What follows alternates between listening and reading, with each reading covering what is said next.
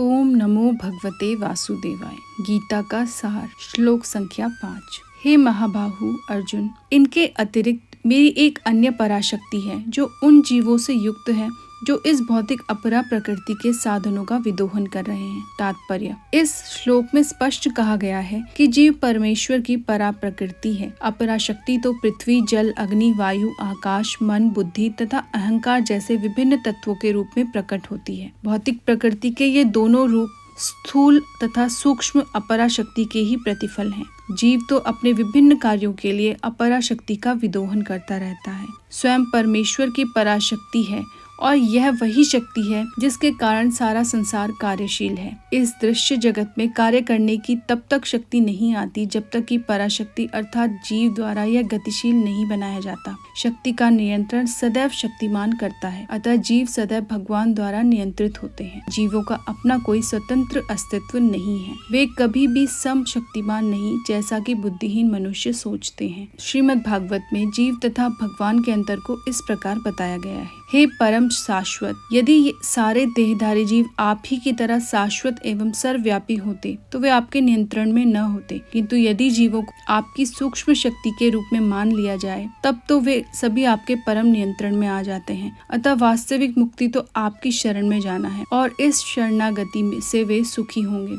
उस स्वरूप में ही वे नियंता बन सकते हैं। अतः अल्पज्ञ पुरुष जो अद्वैतवाद के पक्षधर हैं और इस सिद्धांत का प्रचार करते हैं कि भगवान और जीव सभी प्रकार से एक दूसरे के समान हैं, वास्तव में वे प्रदूषित मत द्वारा निर्देशित होते हैं। परमेश्वर कृष्ण ही एकमात्र नियंता हैं और सारे जीव उन्हीं के द्वारा नियंत्रित हैं। सारे जीव उनकी पराशक्ति हैं क्योंकि उनके गुण परमेश्वर के समान हैं, किंतु वे शक्ति की मात्रा के विषय में कभी भी समान नहीं हैं। स्थूल तथा सूक्ष्म अपराशक्ति का उपभोग करते हुए पराशक्ति जीव को अपने वास्तविक मन तथा बुद्धि की विस्मृति हो जाती है। इस विस्मृति का कारण जीव पर जड़ प्रकृति का प्रभाव है, किंतु जब जीव माया के बंधन से मुक्त हो जाता है तो उसे मुक्ति पद प्राप्त होता है। माया के प्रभाव में आकर अहंकार सोचता है मैं ही पदार्थ हूँ और सारी भौतिक उपलब्धि मेरी है। जब वह सारे भौतिक विचारों से, जिनमें भगवान के साथ तादात्म्य भी सम्मिलित है, मुक्त हो जाता है तो उसे वास्तविक स्थिति प्राप्त होती है। अतः यह निष्कर्ष निकाला जा सकता है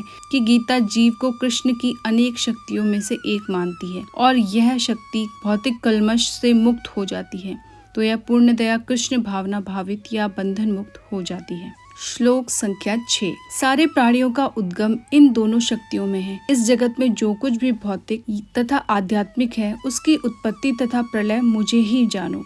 तात्पर्य: जितनी वस्तुएं विद्यमान हैं वे पदार्थ तथा आत्मा के प्रतिफल हैं। आत्मा सृष्टि का मूल क्षेत्र है और पदार्थ आत्मा द्वारा उत्पन्न किया जाता है। भौतिक विकास की किसी भी अवस्था में आत्मा की उत्पत्ति नहीं होती, अपितु यह भौतिक जगत आध्यात्मिक शक्ति के आधार पर ही प्रकट होता है। इस भौतिक शरीर का इसलिए विकास हुआ क्योंकि इसके भीतर आत्मा उपस्थित है। एक बालक धीरे धीरे बढ़कर कुमार तथा अंत में युवा बन जाता है क्योंकि उसके भीतर आत्मा उपस्थित है। इसी प्रकार इस विराट ब्रह्मांड की समग्र सृष्टि का विकास परमात्मा विष्णु की उपस्थिति के कारण होता है। अतः आत्मा तथा पदार्थ मूलतः भगवान की दो शक्तियां हैं जिनके संयोग से विराट ब्रह्मांड प्रकट होता है। अतः भगवान ही सभी वस्तुओं के आदि कारण हैं। भगवान का अंश रूप जीवात्मा भले ही किसी गगनचुंबी प्रसाद या किसी महान कारखाने या किसी महानगर का निर्माता हो सकता है, किंतु वह विराट ब्रह्मांड का कारण नहीं हो सकता। इस विराट ब्रह्मांड का सृष्टा भी विराट आत्मा या परमात्मा है और परमेश्वर कृष्ण विराट तथा लघु दोनों ही आत्माओं के कारण हैं।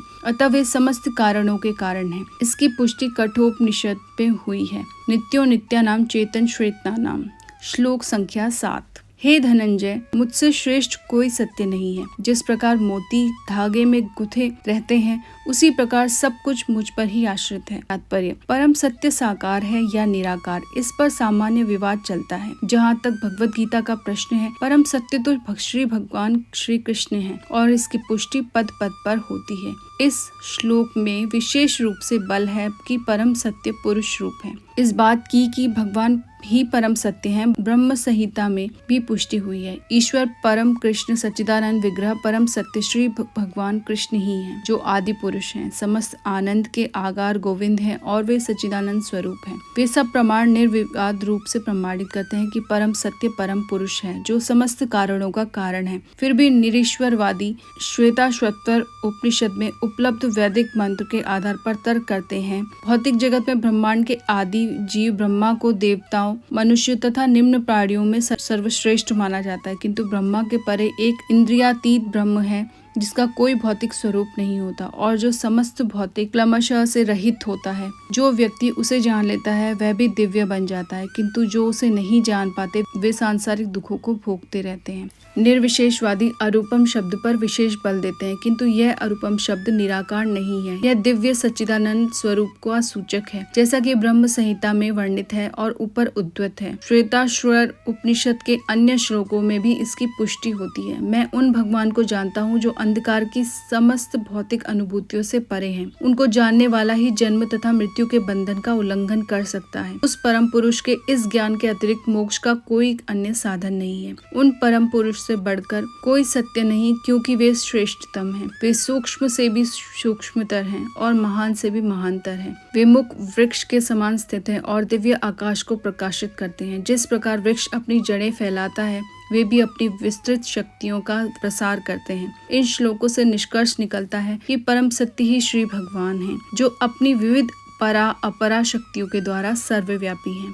श्लोक संख्या 8। हे कुंती पुत्र, मैं जल का स्वाद हूँ, सूर्य तथा चंद्रमा का प्रकाश हूँ, वैदिक मंत्रों में ओंकार हूँ, आकाश में ध्वनि हूँ तथा मनुष्य में सामर्थ्य हूँ। तात्पर्य: यह श्लोक बताता है कि भगवान किस प्रकार अपने विविध परा और अपरा शक्तियों द्वारा सर्वव्यापी हैं। परमेश्वर की प्राकृतिक अनुभूति उनकी विभिन्न शक्तियों द्वारा हो सकती है और इस प्रकार उनका निराकार रूप में अनुभव होता है। जिस प्रकार सूर्य देवता एक पुरुष है, अपनी सर्वव्यापी शक्ति सूर्य प्रकाश द्वारा अनुभव किया जाता है, उसी प्रकार भगवान अपने धाम में रहते हुए भी अपनी सर्वव्यापी शक्तियों द्वारा अनुभव किए जाते हैं। जल का स्वाद जल का मूलभूत गुण है।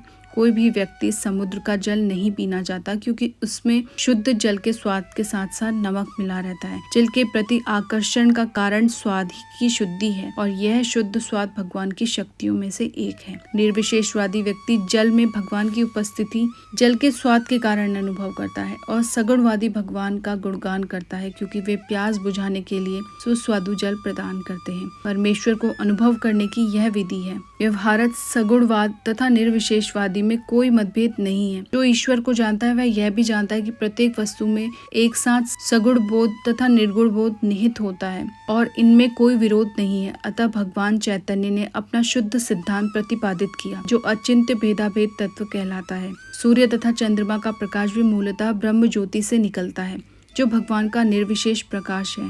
प्रणव या ओमकार प्रत्येक वैदिक मंत्र के प्रारंभ में भगवान को संबोधित करने के लिए प्रयुक्त दिव्य ध्वनि है। चूंकि निर्विशेषवादी परमेश्वर कृष्ण को उनके असंख्य नामों के द्वारा पुकारने से भयभीत रहते हैं, अतः वे ओमकार का उच्चारण करते हैं, किंतु उन्हें इसकी तनिक भी अनुभूति नहीं होती कि ओमकार कृष्ण का शब्द स्वरूप है। कृष्ण भावनामृत का क्षेत्र व्यापक है और जो इस भावनामृत को जानता है वह धन्य है। जो कृष्ण को नहीं जानते वे मोहग्रस्त रहते हैं। अतः कृष्ण का ज्ञान मुक्ति है और उनके प्रति अज्ञान अबंधन है। श्लोक संख्या 9। मैं पृथ्वी की आद्य सुगंध और अग्नि की ऊष्मा हूँ। मैं समस्त जीवों का जीवन तथा तपस्वियों का तप हूँ। तात्पर्य: पुण्य का अर्थ है जिसमें विकार न हो। अतः आद्य इस जगत में प्रत्येक वस्तु में कोई न कोई सुगंध होती है, यथा फूल की सुगंध या जल, पृथ्वी, अग्नि, वायु आदि की सुगंध। समस्त वस्तुओं में व्याप्त अदूषित भौतिक गंध जो आद्य सुगंध है वह कृष्ण है। इसी प्रकार प्रत्येक वस्तु का एक विशिष्ट स्वाद होता है और इस स्वाद को रसायनों के मिश्रण द्वारा बदला जा सकता है। अतः प्रत्येक मूल वस्तु में कोई न कोई गंध तथा स्वाद होता है। विभावसु का अर्थ अग्नि है। अग्नि के बिना न तो फैक्ट्री चल सकती है न भोजन पक सकता है। यह अग्नि कृष्ण है। अग्नि का तेज भी कृष्ण ही है। वैदिक चिकित्सा के अनुसार कुपच का कारण पेट में अग्नि की मंदता है, अतः पाचन तक के लिए अग्नि आवश्यक है। कृष्ण भावनामृत में हम इस बात से अवगत होते हैं कि पृथ्वी, जल, अग्नि, वायु तथा प्रत्येक सक्रिय तत्व, सारे रसायन तथा सारे भौतिक तत्व कृष्ण के कारण है। मनुष्य की आयु भी कृष्ण के कारण है। अतः कृष्ण की कृपा से ही मनुष्य अपने को दीर्घायु या अल्पजीवी बना सकता है। अतः कृष्ण भावनामृत प्रत्येक क्षेत्र में सक्रिय रहता है। श्लोक संख्या 10। हे पृथापुत्र, यह जान लो कि मैं ही समस्त जीवों का आदि बीज हूँ, बुद्धिमानों की बुद्धि तथा समस्त तेजस्वी पुरुषों का तेज हूँ। तात्पर्य, कृष्ण समस्त पदार्थों के बीज हैं। कई प्रकार के चर तथा अचर जीव हैं। पक्षी, पशु, मनुष्य तथा अन्य सजीव प्राणी चर हैं। पेड़ पौधे अचर हैं, वे चल नहीं सकते, केवल खड़े रहते हैं। प्रत्येक जीव 84 लाख योनियों के अंतर्गत है, जिनमें कुछ चर हैं और कुछ अचर, किंतु इन सब के जीवन के बीज रूप श्री कृष्ण हैं, जैसा कि वैदिक साहित्य में कहा गया है। ब्रह्म या परम सत्य वह है जिसके प्रत्येक वस्तु अद्भुत है। कृष्ण परम ब्रह्म या परमात्मा है। ब्रह्म तो निर्विशेष किंतु परब्रह्म साकार है। निर्विशेष ब्रह्म साकार रूप में आधारित है, यह भगवत गीता में कहा जाता है। अतः आदि रूप में कृष्ण समस्त वस्तुओं के उद्गम है, वे मूल हैं। जिस प्रकार मूल सारे वृक्ष का पालन करता है, उसी प्रकार कृष्ण मूल होने के कारण इस जगत के समस्त प्राणियों का पालन करते हैं। इसकी पुष्टि वैदिक साहित्य में हुई है। वे समस्त नित्यों के नित्य हैं, वे समस्त जीवों के परम जीव हैं और वे ही समस्त जीवों का पालन करने वाले हैं। मनुष्य बुद्धि के बिना कुछ नहीं कर सकता और कृष्ण भी कहते हैं कि मैं ही समस्त बुद्धि का मूल हूँ। जब तक मनुष्य बुद्धिमान नहीं होता, वह भगवान कृष्ण को नहीं समझ सकता। श्लोक संख्या 11। मैं बलवानों का कामनाओं तथा इच्छा से रहित बल हूँ। हे भरत श्रेष्ठ अर्जुन, मैं वह काम हूँ जो धर्म के विरुद्ध नहीं है। तात्पर्य, बलवान पुरुष की शक्ति का उपयोग दुर्बलों की रक्षा के लिए होना चाहिए, व्यक्तिगत आक्रमण के लिए नहीं। इसी प्रकार धर्म सम्मत मैथुन संतानोत्पत्ति के लिए होना चाहिए, अन्य कार्यों के लिए नहीं। अतः माता पिता का उत्तरदायित्व है कि वे अपनी संतान को कृष्ण भावना भावित बनाएं। श्लोक संख्या 12। तुम जान लो कि मेरी शक्ति द्वारा सारे गुण प्रकट होते हैं, चाहे वे सतोगुण हो, रजोगुण हो या तमोगुण हो। एक प्रकार से मैं सब कुछ हूँ, किंतु हूँ स्वतंत्र। मैं प्रकृति के गुणों के अधीन नहीं हूँ, अपितु वे मेरे अधीन। संसार के सारे भौतिक कार्यकलाप प्रकृति के गुणों के अधीन संपन्न होते हैं। यद्यपि प्रकृति के गुण परमेश्वर कृष्ण से अद्भुत हैं, किंतु भगवान उनके अधीन नहीं होते।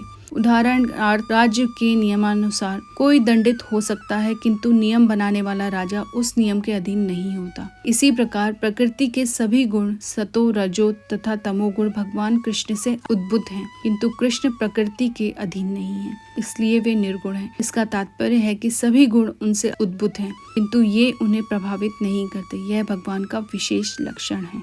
श्लोक संख्या 13। 3 गुणों के द्वारा मोहग्रस्त यह सारा संसार मुझ गुणातीत तथा अविनाशी को नहीं जानता। तात्पर्य, सारा संसार प्रकृति के 3 गुणों से मोहित है। जो लोग इस प्रकार से 3 गुणों के द्वारा मोहित हैं, वे नहीं जान सकते कि परमेश्वर कृष्ण इस प्रकृति से परे हैं। प्रत्येक जीव को प्रकृति के वशीभूत होकर एक विशेष प्रकार का शरीर मिलता है और तद अनुसार उसे एक विशेष मनोवैज्ञानिक तथा शारीरिक कार्य करना होता है। प्रकृति के 3 गुणों के अंतर्गत कार्य करने वाले मनुष्यों की 4 श्रेणियां हैं। जो नितांत सतोगुणी हैं वे ब्राह्मण, जो रजोगुणी हैं वे क्षत्रिय, जो रजोगुणी तमोगुणी दोनों हैं वे वैश्य कहलाते हैं, तथा जो नितांत तमोगुणी हैं वे शूद्र कहलाते हैं। जो इनसे भी नीचे हैं वे पशु हैं। फिर ये उपाधियां स्थायी नहीं है। मैं ब्राह्मण, क्षत्रिय, वैश्य या कुछ भी हो सकता हूँ। जो भी हो, यह जीवन नश्वर है। यद्यपि यह जीवन नश्वर है और हम नहीं जान पाते कि अगले जीवन में हम क्या होंगे, किंतु माया के वश में रहकर हम अपने आप को देहात्म बुद्धि के द्वारा अमेरिकी, भारतीय, रूसी या ब्राह्मण, हिंदू, मुसलमान आदि कहकर सोचते हैं। और यदि हम प्रकृति के गुणों में बंध जाते हैं तो हम उस भगवान को भूल जाते हैं जो इन गुणों के मूल में है। अतः भगवान का कहना कि सारे जीव प्रकृति के इन गुणों द्वारा मोहित होकर यह नहीं समझ पाते कि इस संसार की पृष्ठभूमि में भगवान है। जीव कई प्रकार के हैं, यथा मनुष्य, देवता, पशु आदि, और इनमें से हर एक प्रकृति के वश में है। और ये सभी दिव्य पुरुष भगवान को भूल चुके हैं, जो रजोगुणी तथा तमोगुणी हैं। यहाँ तक कि जो सतोगुणी भी हैं, वे भी परम सत्य के निर्विशेष ब्रह्म स्वरूप से आगे नहीं बढ़ पाते। वे सब भगवान के साक्षात स्वरूप के समक्ष संभ्रमित हो जाते हैं, जिसमें सारा संसार ऐश्वर्य, ज्ञान, बल, यश तथा त्याग भरा है। जब सतोगुणी तक इस स्वरूप को नहीं समझ पाते तो उनसे क्या आशा की जाए जो रजोगुणी या तमोगुणी हैं। कृष्ण भावनामृत प्रकृति के इन तीनों गुणों से परे हैं, और जो लोग निसंदेह कृष्ण भावनामृत में स्थित हैं वे ही वास्तव में मुक्त हैं। श्लोक संख्या 14। प्रकृति के 3 गुणों वाली इस मेरी दैवी शक्ति को पार कर पाना कठिन है, किंतु जो मेरे शरणागत हो जाते हैं वे सरलता से इसे पार कर जाते हैं। तात्पर्य: भगवान की शक्तियाँ अनंत हैं और ये सारी शक्तियाँ दैवी हैं। यद्यपि जीवात्माएं उनकी शक्तियों के अंश हैं अतः दैवी हैं, किंतु भौतिक शक्ति के संपर्क में रहने से उनकी पराशक्ति आच्छादित रहती है। इस प्रकार भौतिक शक्ति से आच्छादित होने के कारण मनुष्य उसके प्रभाव का अतिक्रमण नहीं कर पाता। जैसा कि पहले कहा जा चुका है, परा तथा अपरा शक्तियाँ भगवान से अद्भुत होने के कारण नित्य हैं।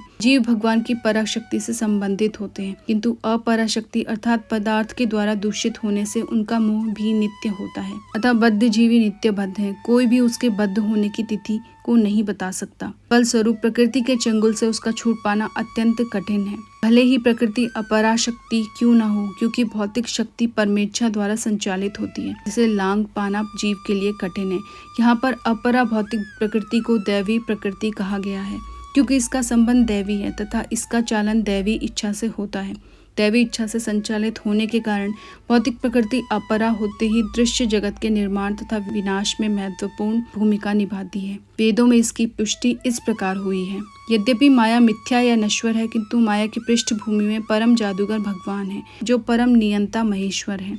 गुण का दूसरा अर्थ रस्सी रज्जु है। इससे यह समझना चाहिए कि बद्ध जीवी मोह रूपी रस्सी से जकड़ा हुआ है। यदि मनुष्य के हाथ पैर बांध दिए जाएं तो वह अपने को नहीं छुड़ा सकता। उसकी सहायता के लिए कोई ऐसा व्यक्ति चाहिए जो बंधा ना हो, क्योंकि एक बंधा हुआ व्यक्ति दूसरे बंधे व्यक्ति की सहायता नहीं कर सकता। अतः रक्षक को मुक्त होना चाहिए। अतः केवल कृष्ण या उनके प्रामाणिक प्रतिनिधि गुरु ही बद्ध जीवी को छुड़ा सकते हैं। बिना ऐसी उत्कृष्ट सहायता के भव बंधन से छुटकारा नहीं मिल सकता। भक्ति या कृष्ण भावनामृत इस प्रकार के छुटकारे में सहायक हो सकता है। कृष्ण माया के अधीश्वर होने के नाते इस दुर्लभ शक्ति को आदेश दे सकते हैं कि बद्ध जीवी को छोड़ दें। वे शरणागत जीव पर अहेतुकी कृपा तथा वात्सल्यवश ही जीव को मुक्त किए जाने का आदेश देते हैं, क्योंकि जीव मूलतः भगवान का प्रिय पुत्र है। अतः निष्ठुर माया के बंधन से मुक्त होने का एकमात्र साधन है भगवान के चरण कमलों की शरण ग्रहण करना। मामेव पद भी अत्यंत सार्थक है। माम का अर्थ है एकमात्र कृष्ण को, ब्रह्मा या शिव को नहीं। यद्यपि ब्रह्मा तथा शिव भी अत्यंत महान हैं और प्राय विष्णु के ही समान हैं, किंतु ऐसे रजोगुण तथा तमोगुण के अवतारों के लिए संभव नहीं कि वे बद्ध जीव को माया के चंगुल से छुड़ा सकें। दूसरे शब्दों में ब्रह्मा तथा शिव दोनों ही माया के वश में रहते हैं, केवल विष्णु माया के स्वामी हैं, अतः वे ही बद्ध जीवी को मुक्त कर सकते हैं। वेदों में इसकी पुष्टि तमेव विद्वता के द्वारा हुई है, जिसका अर्थ है कृष्ण को जान लेने पर ही मुक्ति संभव है। शिवजी भी पुष्टि करते हैं कि केवल विष्णु कृपा से मुक्ति प्राप्त की जा सकती है, अर्थात इसमें संदेह नहीं कि विष्णु ही सबों के मुक्तिदाता हैं। हरे कृष्ण।